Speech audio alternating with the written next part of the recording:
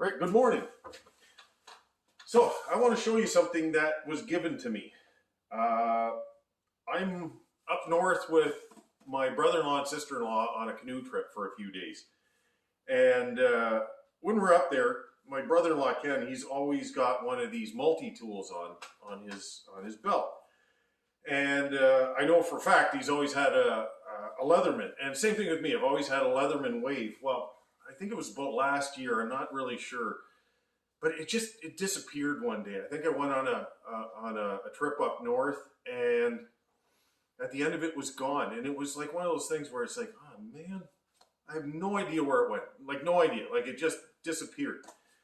Anyways, you get used to the fact that you don't have something anymore, and I really wasn't willing to pay another $130 plus tax. So let's say 100 and a half for a new one.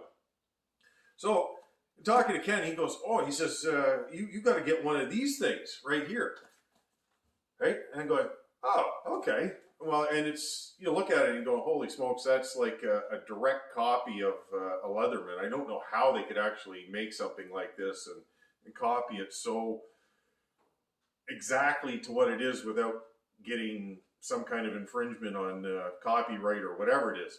So anyways, at the end of our trip, Ken goes, here, he gives me one of these things. He had another one in the back of his car, and he goes, here, take it.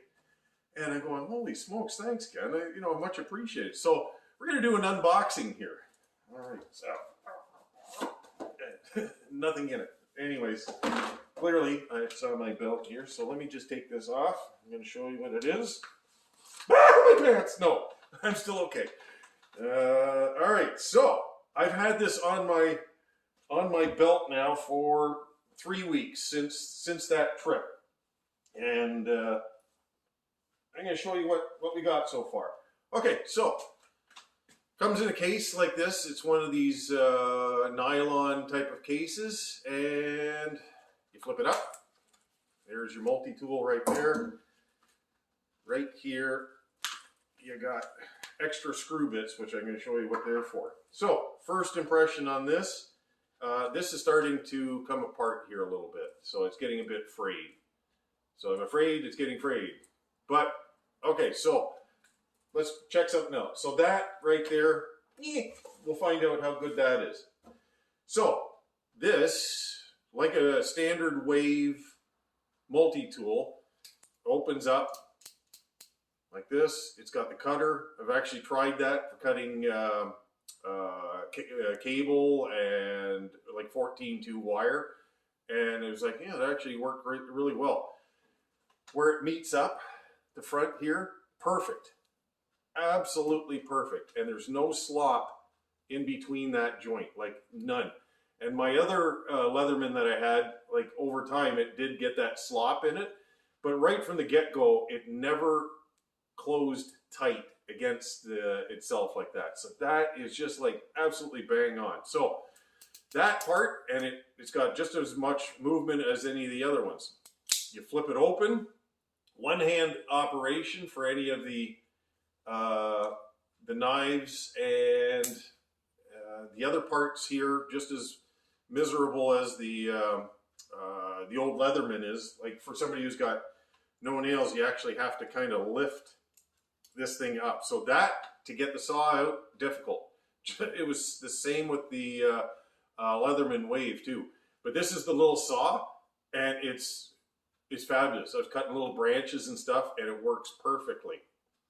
So on the other side here, and I haven't even looked at the file, but that is as good as the other one that we had with the Leatherman, and it's, I filed some stuff, and it had no problem. So like here's my hammer, and I'm gonna just do the fine side here. Look at that, right there. So that did really well. And even on the aggressive side, I can feel it actually biting in. And you can even see on the aggressive side here that it's actually peeled up some slight shavings on it. So when I had my Leatherman before, I used to use this one actually a lot because I would be, I was doing a lot of laminate countertops.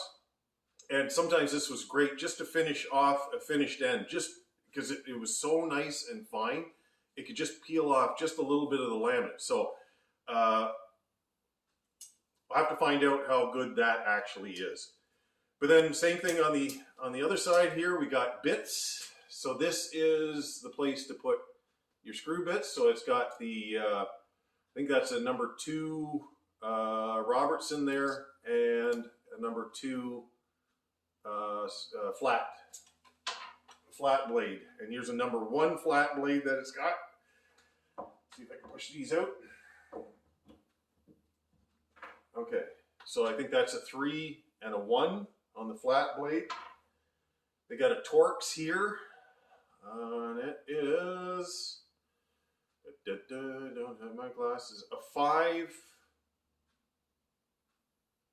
Oh, can't even see that.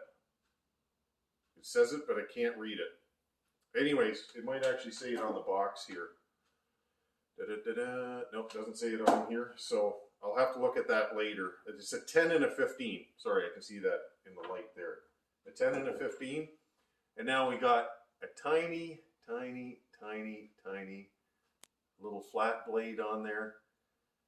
And so these, if you're doing smaller parts and pieces of tools and things like that, that is actually very handy to have. And they fit into the thing decently. It holds it just barely. I don't expect actually much more than that because that holder is actually quite small. But then to lock it down or unlock it, it's just push the pin on this side and clip it down. On the other side here is your pair of scissors. Great for cutting fishing line.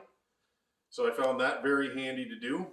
So you can snip things away decently. Can opener. You may think that's kind of stupid until you forget your can opener on a canoe trip. And we have, flip that over. Okay, so a really thin flat blade, like smaller than the other one that was there. And you can see you got a number 1 slot at the same time. You probably, if you've got this other one here, sorry, this one and this one are fairly close in width, so you probably wouldn't be using it that often, but this one right here, probably a little more than you actually think. So, first impression about this thing, I'd say I am actually quite pleased with it. One thing I want to test out right now, I've been using this blade for the last 3 weeks cutting various things, and when I first tried it, I could actually cut hair with it. Okay, take a look at that. That's after 3 weeks of use, and I'm still able to make my the hairs on my arm peel off on that. That to me it tells me everything about the quality of this. So to get steel to be able to be sharpened to that degree, it actually has to be very high quality steel. And I'm very impressed. My Leatherman was able to do it. This one is able to do it as well. So however they've sharpened this, it is absolutely fabulous. They're really not that hard to sharpen on your own.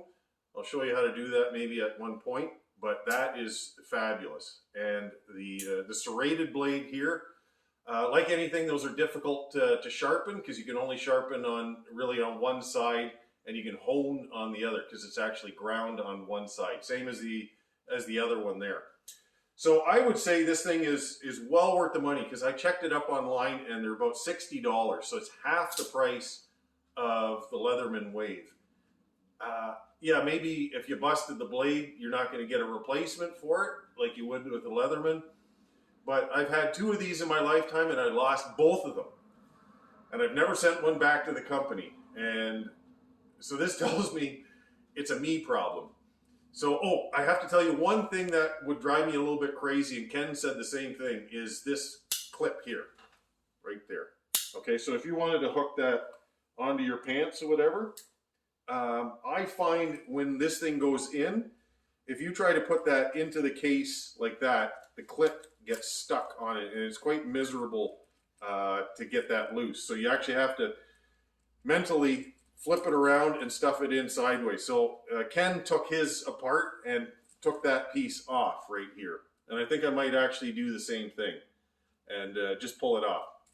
Because I don't ever plan to do that. It's always going to be in this sheath. The upgrade to this thing is I might replace this thing just because it's starting already to kind of wear on me. So I think the failing on this tool is probably this case. And I know that you can buy aftermarket ones, and that's probably what I will do. But would I pay $60? In a heartbeat, I would pay $60 for this thing. It is so well worth the money. I am so impressed with the quality of this thing. And that's what Ken told me. He said, he goes, I can't believe that they can make something like this and it is that good for something that is offshore. So I would highly recommend it. It's called Bibury, B-I-B-U-R-Y, Bibury.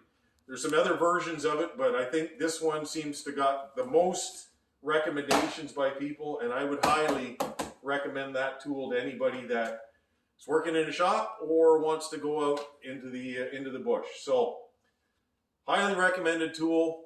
I would definitely buy another one if I lost it. Plus, if I need to shave my arm, I can keep going. All right, have a good one.